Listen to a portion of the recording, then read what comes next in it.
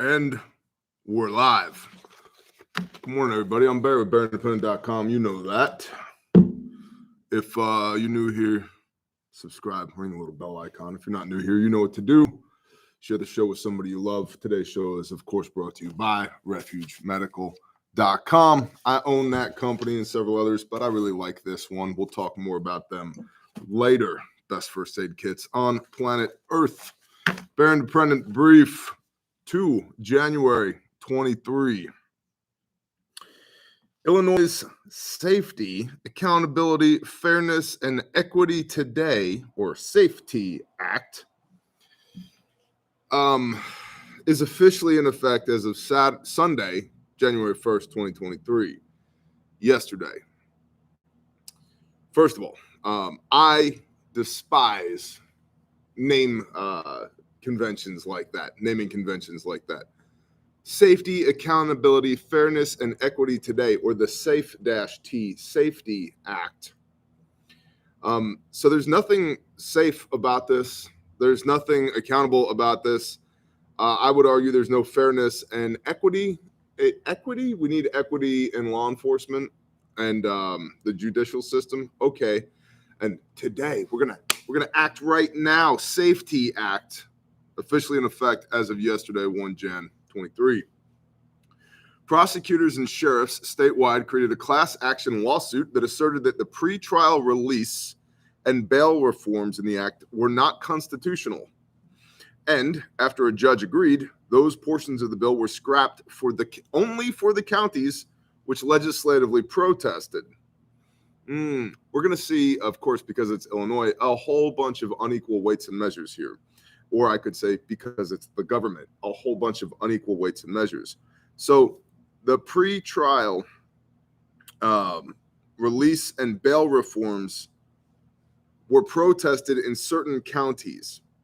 A judge agreed that these were unconstitutional. So in those counties that protested, that portion of the bill did not go into effect. In the counties that did not take part in the lawsuit, the end of cash bail can still go into effect. What's the rest of it? Defendants under electronic monitoring won't be charged with escape for 48 hours after leaving home. So you got a whole 2 days. Anybody see that show, The First 48?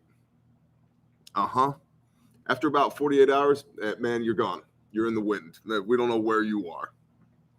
So you get a 2-day head start to escape. Smart. That sounds like safety, accountability, fairness, and equity today. What moron came up with that name? By the way, we're gonna hit some talking points here a little bit later in the brief about actual applicability to you. But you reap what you sow. If you sow garbage, you're gonna reap garbage. Why does anybody live there anymore? Just asking. And not just in Chicago, but in Illinois in general. Why? You don't understand, Bear. I can't. But you're right. You can't. You're absolutely correct. You can't. So you should stay there and deal with the SAFETY Act. Everybody else, Greyhound tickets, what, $60? $60? You probably have some trash in your cupboards and cabinets and totes that you could sell for $60. Pack a bag, get on a bus, new life. I'm out. I'd rather start over somewhere else than continue to build a life in Illinois. And, I know several people who have done precisely that. Continuing with the brief, defendants under electronic monitoring won't be charged with escape for 48 hours after leaving home, and fewer defendants can officially be deemed flight risks in the first place. Additionally, nonviolent trespassers can only be issued a citation now that the offense, nonviolent trespassing, has been dropped to a Class B misdemeanor. They can no longer be arrested. Now remember, this is Illinois as well. So if you interdict that threat with extreme prejudice, i.e. put rounds on bad guys, you're probably going to jail, right? So now you call law enforcement because you can't even defend yourself, your family, your property without facing your own legal issues. So now you call law enforcement, and law enforcement can't arrest these people. One of the main concerns is the exacerbation of a current issue, drug-related burglaries. Being unable to detain people who desperately need to get clean is a problem. Crimes like these are expected to be more than rural departments can keep up with, as the snowball of catch and release continues to build into a larger and larger problem for communities across the state. Apparently, the only drug-related offenses that are now detainable are those that are high-level drug-related offenses like trafficking or that involve a firearm. Now, here's an interesting thought. So, I'm a little L libertarian. I'm not a big L libertarian. I don't think like our entire platform should be everybody should be able to smoke weed, man. Like I don't care.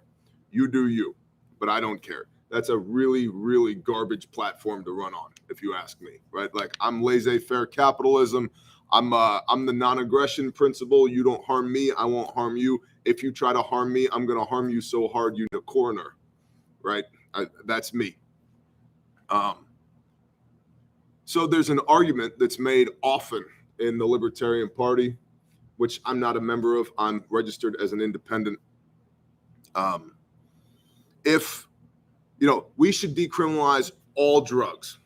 And I'm not saying I agree with that, but let's march down this philosophical path for a moment.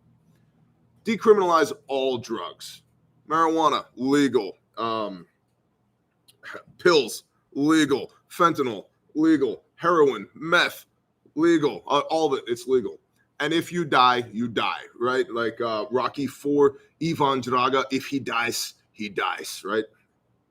I can't believe he did kill Apollo Creed. Can you believe that? I don't know. I was a little kid like, no, that's why, let's be honest, that's why I have such a deep-seated, ingrained hatred for the Russians. It's because of Rocky IV. And probably Rambo 2. Was it Rambo 2 or Rambo 3?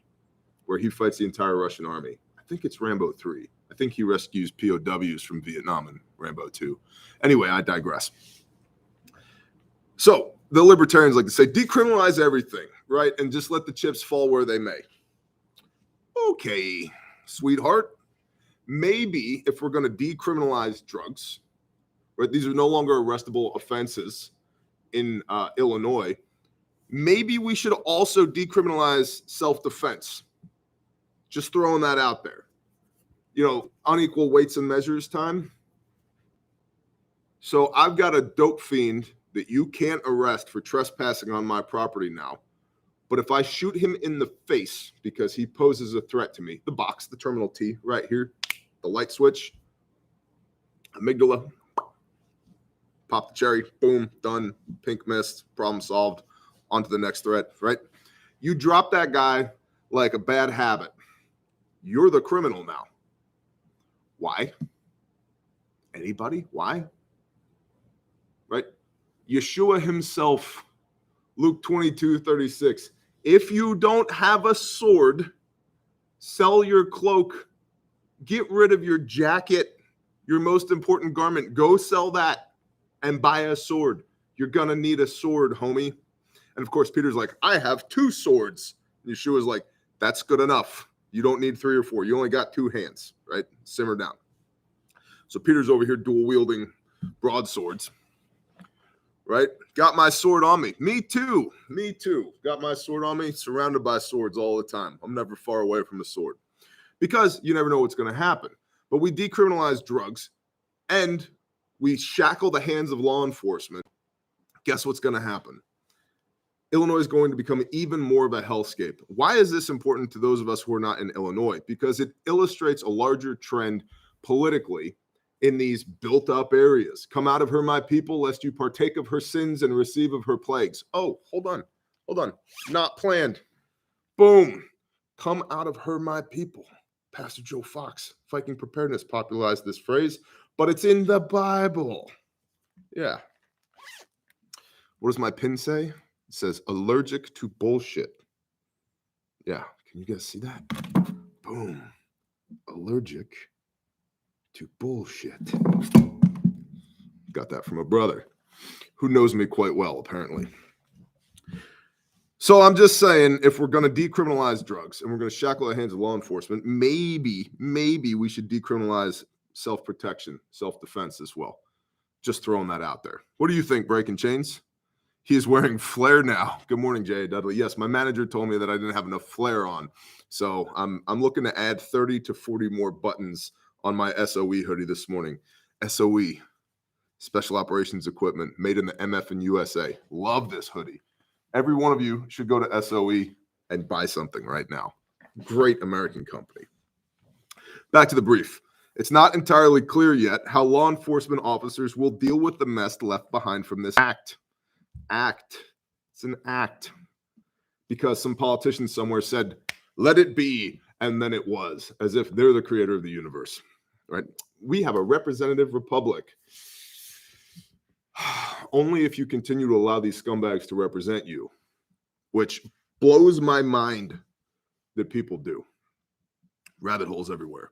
The newly elected sheriff for Franklin County, Kyle Bacon, said, quote, if someone's trespassing on your property, we're going to remove them from your property. Maybe we can't arrest them. Maybe we can't place them in county jail, but we're not going to leave them there. Okay. He also pointed out the confusion, noting that after, quote, what feels like hundreds of hours of training and discussion about the new bill, that there's just so many questions that still exist, end quote. Now, an interesting thing with law enforcement, I have many brothers and friends who are current or former law enforcement officers. There's this thing called discretion, right? The officers that I know, good officers. Okay, so you're trespassing. Can't arrest you for trespassing, but I'm here now and you're here now. What else we got going on? Let me see some ID, right? Call that in, run you. Maybe you got some warrants. Maybe you've got some other offenses. Maybe I can't arrest you for trespassing. But if I'm an officer responding to a situation like this, and you're like a legit scumbag, and I know, what about due process and rights and everything? If you're a legit scumbag, they are probably going to find something, I would hope, to arrest you for. Nope, it wasn't misdemeanor trespassing you got arrested for. It was something else. Hopefully, get these people off the streets. Because drug-related burglaries, we talked about that. That's the issue that they're having. A huge rise in drug-related burglaries. Again, what does Clint Smith say? 12 gauge, the right load at the right distance will literally pick shit up and throw it against the wall. In Colorado, shifting gears. So if you still live in Illinois, and I have brothers and friends that do, why? I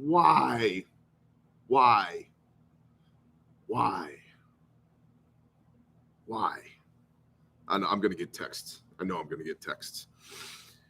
Shifting gears. In Colorado, Suncor Energy has just taken the only oil and gas refinery in the state offline, and it may not resume full operations until March of this year, as inspections and repairs are needed.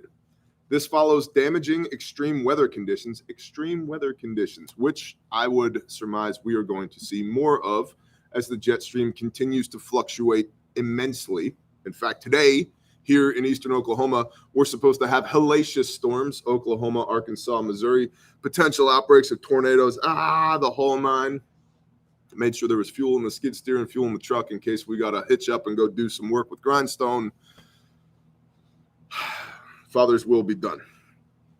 But extreme weather conditions, this is going to happen more and more. You're going to see more and more infrastructure suffer because of extreme weather conditions, because infrastructure in the United States of America is not nearly as well maintained as we like to pretend that it is. It is incredibly fragile. That is part of the basis for this channel when it comes to preparedness, is understanding that the systems that we depend on, whether they are the infrastructural systems or political systems or socioeconomic systems, economic systems that we depend on in this country for normalcy, are fragile.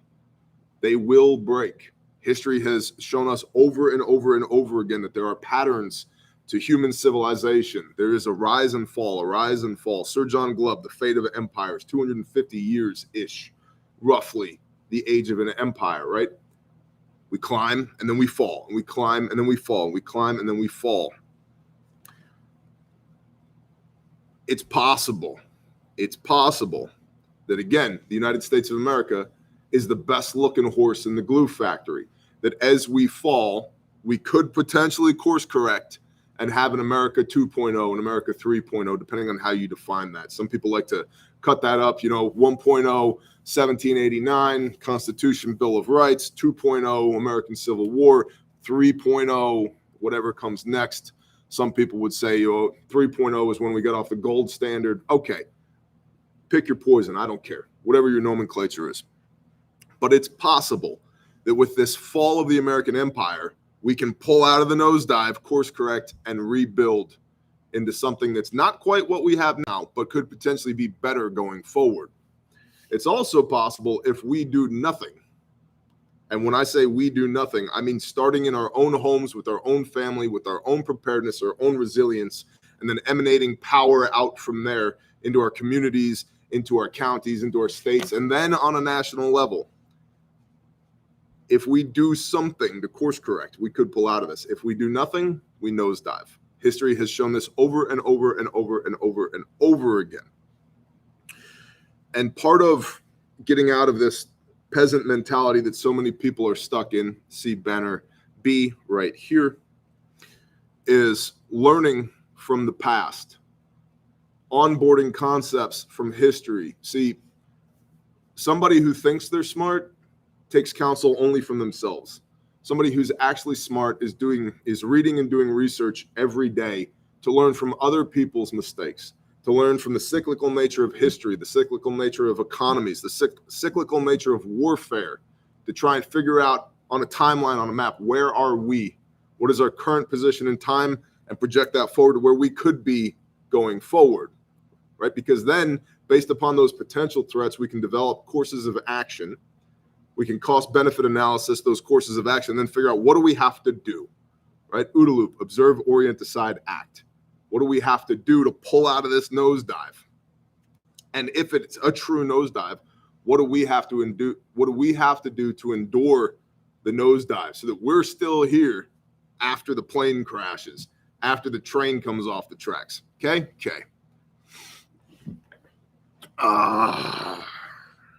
Happy Monday. Show of hands. Who's at work today? Because I think it's a federal holiday. Hit me in the chat. Who's at work today? Eggs here, $9 for 18 as of yesterday. I'm at work. Gray Mouse is at work. Tubbs is at work. Brad's not at work. Heidi Westgate, Corey, Alex, all at work. Badger's at work. Working. I love it. Good job. Love it. It's good. Just because the federal government said today's a holiday, don't mean it's a holiday, all right? We should be out there getting after it. 6 days ye shall labor. Sets us apart from everybody else, right? Continuing with this Suncor energy issue, this follows damaging extreme weather conditions, 2 recent fires, and 2 injured employees. The company supplies more than 35% of all of Colorado's gasoline, and that particular refinery also supplies a third of Denver International's jet fuel. The airline industry, by the way, is crashing and burning, literally and figuratively. It is falling apart. Knowing that this shutdown spelled yet another disruption, this time for local gas and diesel, the people responded. One Bear National from the area relayed, quote, "Here in Colorado, our only refinery was just pulled offline due to freezing temperatures, 24 below zero, and 2 fires. 2 people were injured but are alive with burns. Only a few hours after hearing this, and every gas station is crazy," end quote. Executive Director of the Colorado-Wyoming Petroleum Marketers Association, QIPMA, Greer Bailey, predicted, quote, "I think you'll see drastic wholesale price increases in the next few weeks. And then depending on how other suppliers in the market can compensate, you're going to see abnormally high gasoline and diesel prices. Yay. Stations are expected to conserve supplies for essential services like fire departments and hospitals." Now, we're continuing to see attacks on our infrastructure, right? This is part of fifth generation warfare. Was this an attack? Was this gross negligence? What does an attack look like? It could be, some a-holes with firearms shoot holes in transformers, like has been happening across the country for years now. It could also be, this is super simple, happened all the time in occupied Germany during World War II and elsewhere. Just don't maintain things. Oh, this bolt's supposed to be torqued to 65 foot-pounds. 15 will do. Right? Supposed to grease this bearing every 100 hours. Nah. Let it fall apart.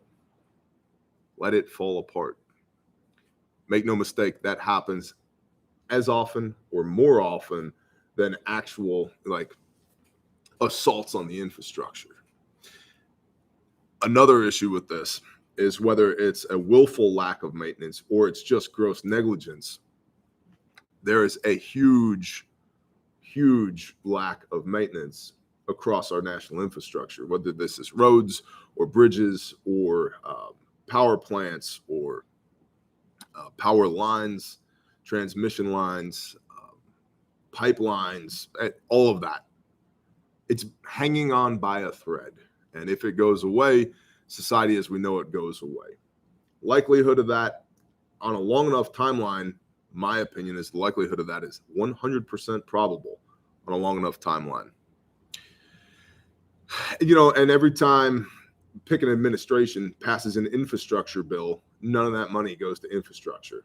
Just had a $1.7 trillion spending bill that was passed in the United States of America. Good news, we got $65 million to study sockeye salmon. Cool. Can we make sure the lights stay on?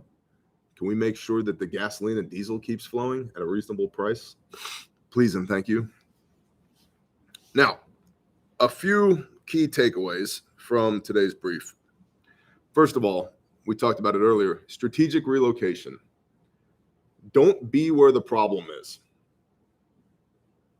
If you're in an area like Illinois or New York or LA or Dallas or South Texas on the border, or pick your poison, where you can see overwhelming threats developing every day and your abilities to deal with them have been hamstrung. You've basically been shackled legally. You can't do anything about it. That situation is long-term untenable. At some point, it makes sense to do a cost-benefit analysis to determine, can I actually stay here? And if so, what does that look like? Strategic relocation. I've done it. Pretty much everybody that I've fellowship with has done it. We've all seen the writing on the wall. We all understand that where we were was long-term unsustainable. And so we picked up and left. And certain people said, well, you should have stayed and fought to make it better, Dude, if you're hamstrung, if your hands are tied, if there's nothing you can legally do to improve the situation, pivot, relocate. And I get a lot of guff from a lot of people about that, to which I would say, if you're somebody who believes in this book, the Bible, you're a believer, you read the word, you should be able to ascertain from the reading of that word that the Father's people move all the time. All the time. How many times did things get bad in the promised land and they had to relocate to Egypt? Then they're in Egypt and things got bad in Egypt, so they had to relocate from Egypt back to the promised land. Back, forth, right? Situation was untenable. Recent Torah portions, the story of Joseph. There's a famine in the land, but there's food in Egypt. Guess where we're going? Egypt. And even then, there's a lot of takeaways from that. They still had mobility. They still had donkeys, right? They were able to move. They still had liquidity. They had silver. They were able to buy food rather than sell themselves into slavery or sell their land, right? And so there was some provisions set back for hard times, aka preparedness, right? So strategic relocation, something to think about, because I think things are going to get worse before they get better. I realize, it's a whole smattering of new year, new me right now. 2023 is going to be the best year ever. We're going to crush it. No,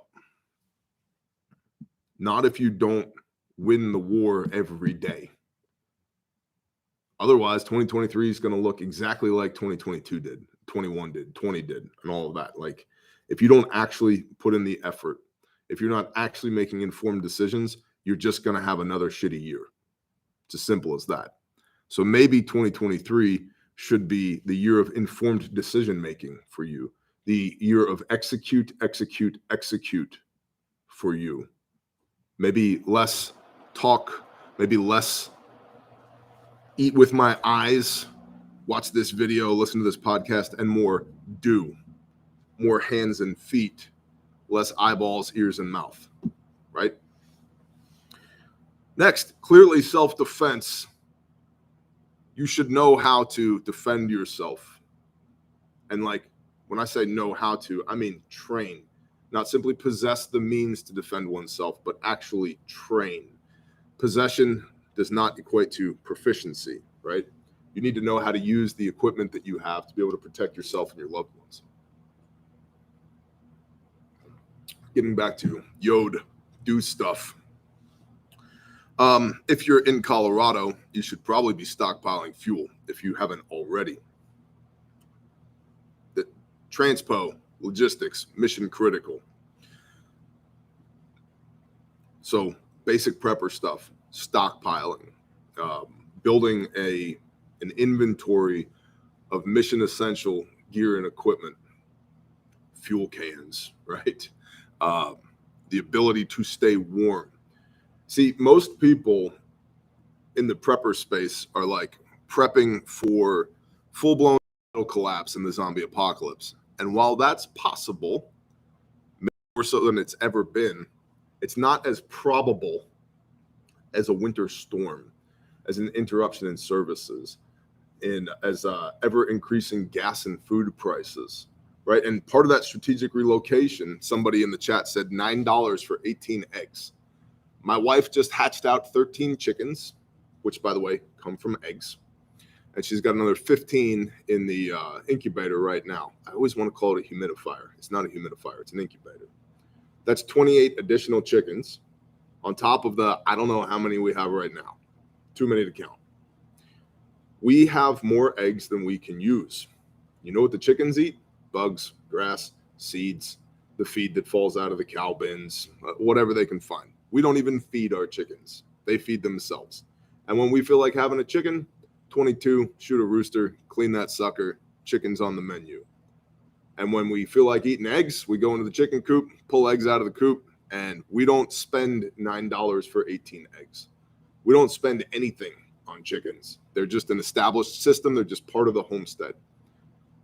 If you live in a place where you can't have backyard chickens, that's probably an indicator that it is not long-term sustainable based upon the threats that we're likely to see going forward in the United States of America over the next 5 to 10 years. $9 for 18 eggs is stupid. That's stupid. Oh, what about, the avian flu that's going around? Have you seen the price of chicken in the stores? Nope. No, I haven't.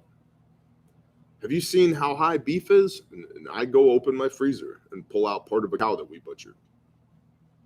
Right? And I realize that's different than a lot of people, the way that most people live.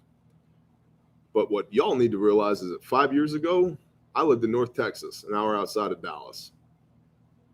And my life sucked. It was unsustainable. Everything about it was unsustainable. The cost of living, the society that we lived in, the mentality of our neighbors and the people in our community, the materialism, the agriculturally, we had 1/3 of an acre in our little suburban neighborhood, and we had 10 raised beds in the backyard. We had backyard laying hens and meat chickens. We had rabbits when we were still eating rabbits. We had a massive compost pile.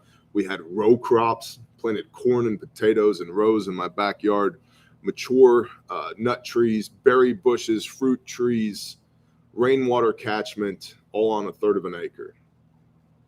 And that was really cool until you realized if you just stand on your tippy toes and look over the 6-foot privacy fence in the backyard, everybody else around you who isn't prepared, and it would take, a matter of days in a real real SHTF scenario for them to figure out we have food and they don't.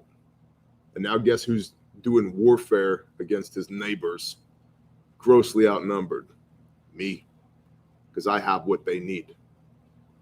Not long-term sustainable. Turkeys with the chickens is diversified. Yep, we've got turkeys as well. Love them.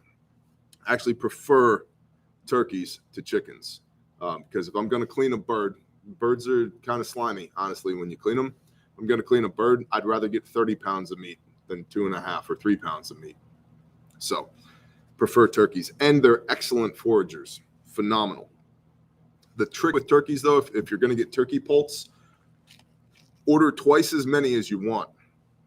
We wanted 20 turkeys. We ordered 40 poults because up until about 10 to 12 weeks old, turkeys are not very robust. The poults die a lot. I don't know why. They just do. We ordered 40 poults. We ended up with 23 turkeys. So it's about half. So order twice as many as you think you're going to want because half of them will die. Why? I don't know. They just do. Every time we've done turkeys 4 times now. Every time half the poults die. All right. So, and again, once you get turkeys, as long as you have hens and at least one tom and you have an incubator, you can make more turkeys in your incubator. It's pretty awesome. That's the brief for today. If you're one of those people that jumps off when it's time to talk about how to support the show, this is your cue. Beat, feet, skedaddle, get out of here. Have a blessed day. Shalom and Happy New Year. Patreon.com. The patrons are the economic engine of Bear Nation. This morning on Patreon, we talked about commo and hollow points. So that video is up on Patreon. Exclusive content always over there. It costs $5 a month or 15 cents a day. It's the best $5 a month you can spend on the internet. Link in the description. RefugeMedical.com. Bearfax, these right here are back in stock, shipping fast. If you've been waiting to get a Bearfac, there are many like it, but this one is mine.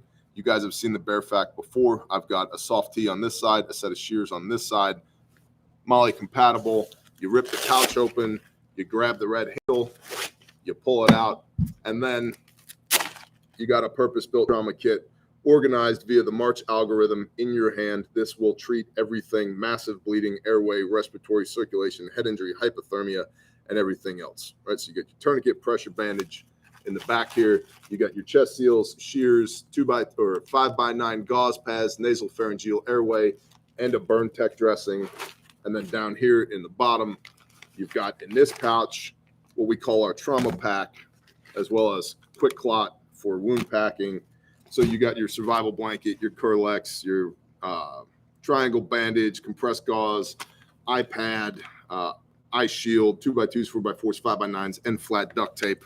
Made in America, guaranteed forever. If you can find a better first aid kit, I'll buy it from you. Newsflash, you can't. So Bearfacs are in stock, shipping super duper fast. And what I really wanted to talk to you guys a little bit about today is the OX, the OSHA compliant kit. This one is mine. It's been outside for 90 days. And when I say outside, I mean outside. Look, it's got like dirt and mud on it because we pressure test our systems. I want to make sure it works. Okay. This is in a condition 1 case. They're a Texas company. They build their cases here in America to the same standards, military standards, as Pelican does. So this is a rainproof, waterproof, dustproof, dirtproof decompression valve case made in America.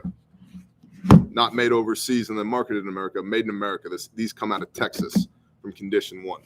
And I don't know if I'm even going to be able to get the entirety of this thing on camera, but I'm going to try.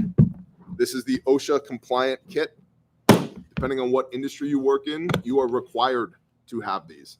Okay, so all my truck drivers, all my construction guys, anybody that works in an office, anybody that works in a building, food service industry, any of that, you're required by law to have an OSHA kit. Most OSHA kits are absolute bullshit, which is why we built this one. This one's $329. It has the entirety of a Bearfac in it, okay? So you've got tourniquet, pressure bandage, wound packing gauze, chest seals, blah, blah, blah. You got all that stuff in here to work the March algorithm, plus all the stuff that you're required to have for an OSHA kit and more. I mean, CPR shield. Yeah, CPR shield. Tape, gloves, SAM splint. Here's all the stuff that's in it. Band-aids, medical tape, CPR pocket resuscitator, burn dressings, eye shields, eye wash, first aid guide, 4 pairs of gloves, shears, SAM splint, soft T tourniquet, trauma pack, chest seals, nasopharyngeal airway, hypothermia blanket, splinter remover kit, cold packs, compressed gauze, 3x3s, 5x9s, triangle bandage, ace bandage, 2-inch, ace bandage, 3-inch, mini duct tape, glucose gel, oral rehydration salts, antidiarrheal meds, Benadryl, triple antibiotic, triple or antiseptic towelettes, burn gel, and hand sanitizer. This exceeds the OSHA requirements for Class B kit. And most Class B kits that you're going to buy on the market, they are required to have a tourniquet in them. They don't include a Committee on TCCC recommended windlass tourniquet.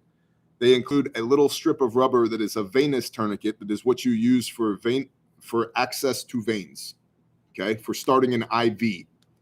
That is not a tourniquet that you're talking about using to control critical bleeding from an artery. This is, our kits are built around real tourniquets.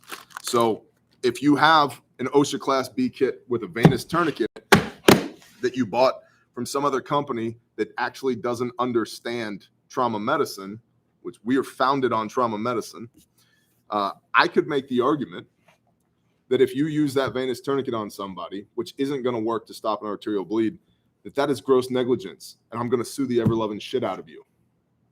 Did you know the average cost for one semi-wreck, $7.2 million. $7.2 million. And that's if there's a fatality. And most people die, not from the impact, although that does happen. They die from injuries sustained during the wreck. And as we know, EMS is falling apart through no fault of their own, the good men and women who are out there trying to render aid. But there's no fuel for the ambulances. There's nobody to work the ambulances, nobody to maintain the ambulances, right? So response times are going way, way up, and that's bad. Like we said, we had a guy, life number 58, was saved behind our Refuge building by some of our teammates at Refuge Medical and Refuge Training. It took 43 minutes for the ambulance to arrive. The guy would have been dead. 43 minutes in a small town. And I know where the ambulances are stationed, not that far from here. 43 minutes. So if you're driving a $150,000 truck today and you don't have a $300 first aid kit in it, and Yah forbid somebody gets killed, $7.2 million on average. You get into case studies, and in some cases, the family of the deceased is awarded between $20 and $50 million. Should have had a first aid kit. If you're out there, if you're a carpenter, a plumber, an electrician, a heavy equipment operator, concrete guy, right? Steel worker, iron worker, any of these industries where you have to have a first aid kit, you're legally required to have a first aid kit. Why are you buying that bullshit little tin can that has no capability in it whatsoever? $329. OSHA advanced compliant kit from Refuge Medical will save a life. How do we know that? We've done it 58 times thus far. Okay. RefugeMedical.com. Bear Nation for free shipping. Refuge Training, don't be an ass, come to class. If you don't know how to use your kit, refugetraining.com. There are new classes going up every day, classes all across the country. Come to class. Like I said, 2023 should be the year of doing. Yod, put your hand to the plow, go do stuff. Training is incredibly important and it's incredibly underrated. I don't understand why people don't train. Whether that's with your firearms, with your first aid kits, patrolling, communications, homesteading, agricultural, food production. Go learn, go do stuff. Training is very much so admitting that the system is fragile and taking personal responsibility for the well-being of yourself and the people that you love. Again, regardless of the context, regardless of what we're talking about training, whatever it might be. Training allows you to increase your capability. And I think we need to be more capable in 2023 than we were in 22. You need to be a better you tomorrow than you were today. Training, whatever it might be, whatever facet, whatever context, whatever purview it might be, is what gets you there. I've had a lot of training in a lot of different things. I'm really blessed to have been trained by some really awesome people across a vast spectrum of things. It's part of why, frankly, I'm quite capable. Do I know everything? No, but I know a lot. And knowing what I don't know shines light on the areas that I need to continue to train in, to seek out people who know what I don't know so I can learn it from them while those opportunities still exist.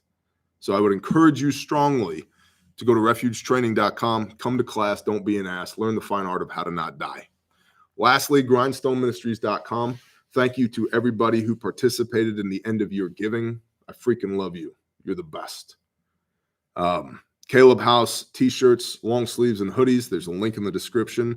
Yes, they're expensive. So is anti-trafficking. Our brother Saw, his Facts Not Feelings t-shirt, proceeds of which go to help build Caleb House, which is our restoration facility for juvenile human trafficking survivors. There's a link in the description for his shirt as well. Comes from our brothers and sisters at sanctifiedsupplyco.com. So check them out as well. That's the brief for today. I hope you all have a badass day. Do stuff. Yod. Don't just talk about it. Be about it. Shalom.